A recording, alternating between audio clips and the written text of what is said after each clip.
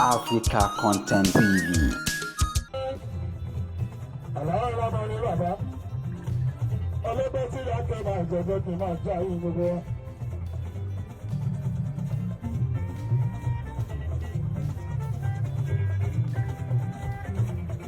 Ìbọn ọ̀nà bẹ́ẹ̀ ìbọn tara lọ ṣàṣàṣàṣà ìgbé darúgbó múlé ẹni àkọ́kọ́ wàá alábí bọ́ọ̀dá bọ́ọ̀sọ̀lúwà ọ̀pọ̀ ẹ̀mí lámẹ́rìnà ọmọ ìyàwó ànàmì ìjìnbọn àwọn pàṣẹdà ìgbà alábí ọmọ ìyàwó ànàmì ìfàṣàrí bẹ́ẹ̀ oní bàbá tí mo lọ rà. Àwọn bàbá tó ní.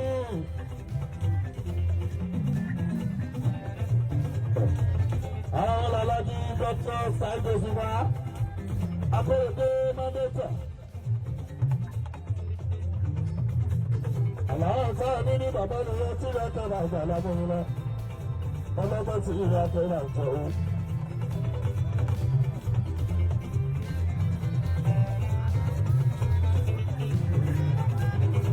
Àwọn bí alájú wẹ́wẹ́ èfóòfó. Àárín wọn lẹ́nu rẹ̀ síwájú rẹ̀ kúrò. Àárín wọn gẹ́gẹ́ bí bàbá. Àti ilé ẹgbẹ́ ẹlẹ́jọ́ lọ́wọ́. Àlọ́ máa ń lọ ìkàyà Adékúnlé o. Ìgbà ànàjà àtẹ̀ náà járe hàn o. Àwọn bàbá mi hàn o.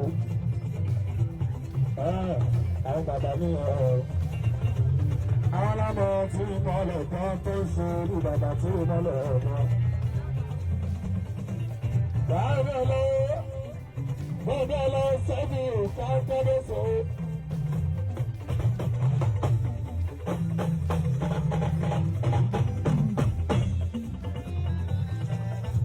Bọ́dọ̀ lọ, alẹ́ sẹ́bi ìka tẹ́lẹ̀ sọ. Àwọn bàbá mi yẹn. Ìgbà wọn bí akẹ́bàjá kárí níbẹ̀ ọlọ́gbọ́n tí mo lọ wọn lé bàgbé bàgbé adéwọlé àgbà ọ. àti bẹ́ẹ̀ akọni ní ìsìnà ìyá rẹ̀ àti bẹ́ẹ̀ akọni ọdọ́sẹ̀ ìyẹn bàbá kan sì rẹ̀ àwọn bàbá mi ẹ̀ ti ní ọlẹ̀ kọ́lẹ̀ ìjà rí wọn fẹ́.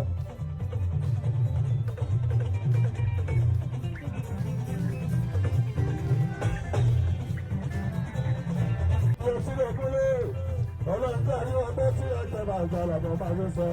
Alámúra àwọn ìbọn ológun alámúra.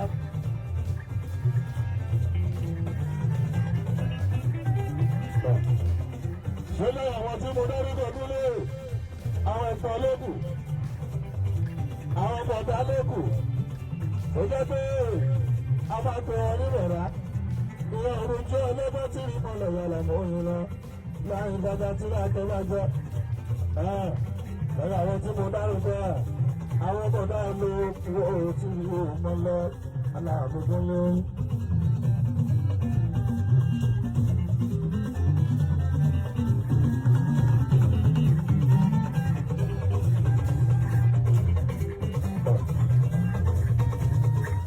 Òun ọmọ ọlọ́gbẹ́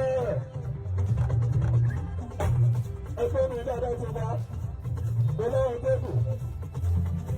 Àwọn brothers àwọn olóògùn tí wọ́n tẹ́ bá gbàlà ní òun lọ gbọ́dọ̀ ní ìmọ̀ lọ.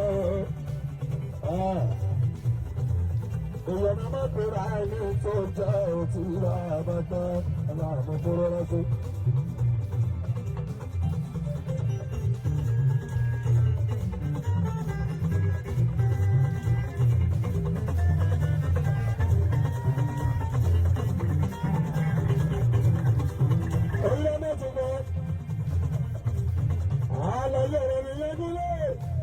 Ọlọ́gbà jẹ́ bàjẹ́ kòkòtò ọ̀gbẹ́rẹ́.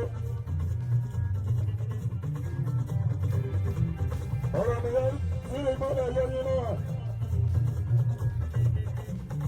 Ìgbà bá ṣe bàtọ̀ bí ọlọ́gbàdún lé a máa fi là kárí ògùnfẹ́.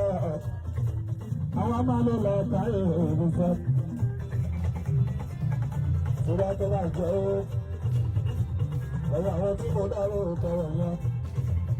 Àwọn bọ̀dà lóògùn òtún ìmọ̀ lọ ó. Àwọn bọ̀dà lóògùn òtún bàbá rẹ̀. Àwọn bọ̀dà lóògùn òtún ìmọ̀ lọ ẹgbẹ̀ta ṣe. Ọlọ́gbọ́n tí mi mọ̀ ẹ́ lára mi wá.